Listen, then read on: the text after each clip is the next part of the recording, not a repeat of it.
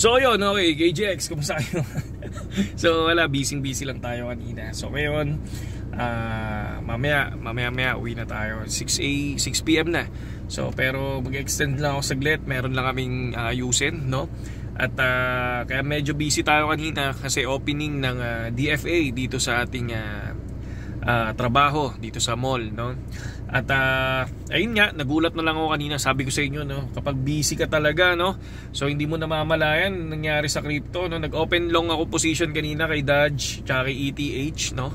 So far ganda ng profit natin kanina, taas. So hindi naman sa mataas, halos 100 USDT per profit natin.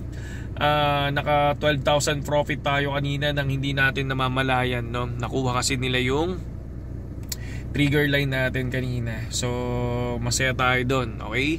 And syempre, doon naman sa doon naman sa mid bull run investment, ito yung ginawa natin nung last November bago mag Donald Trump. Ito yung sinabi ko sa inyo na papasukin natin, ano yung mga token na papasukin natin ngayong mid bull run at kung kikita ba tayo dito. Ito yung parang reality show na from the start ng mid bull run. Sabi ko nga sa inyo, ayoko na sana mag-invest di ba? Puro trade na lang ako, yung future trading, di ba? Pero dahil gusto ko malaman nyo din, no, kung possible bang kumita. And then ayun, nagulat tayo, happy 400k na yung portfolio natin, no? Kahit papaano maganda-ganda yung tinatakbo. So tingnan nyo na lang, no, kung ano yung possible na pwede pang mangyari. Masyadong malaki yung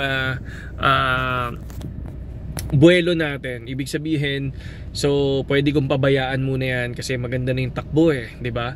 So tingnan natin kung babagsak pa ba yung presyo ni ETH o lilipad pa yung presyo ni ETH. And then pumunta tayo kay Gala. Syempre sa RON token, napakaswerte ng mga may RON token. Ang ganda ng lipad din ng RON. And yun lang, nag-take profit tayo sa RON kasi nga ginamit ko sa trading.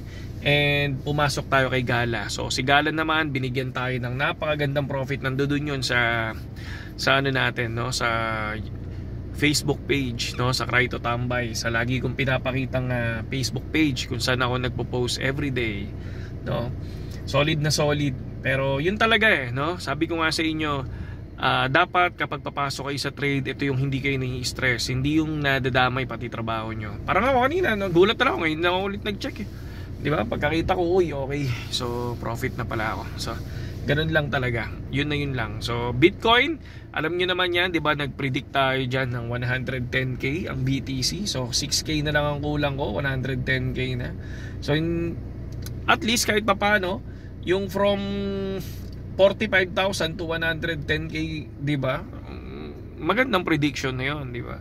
So yun lang sa ngayon KGX. At tuloy lang ako, tutuloy lang ako sa trading. Kayo, tutuloy rin ba? Ako, tutuloy lang hanggang bull run, mga idol. Okay? Saludo sa inyong lahat KGX. Yun lang, pagod lang tayo. Magandang gabi sa inyong lahat.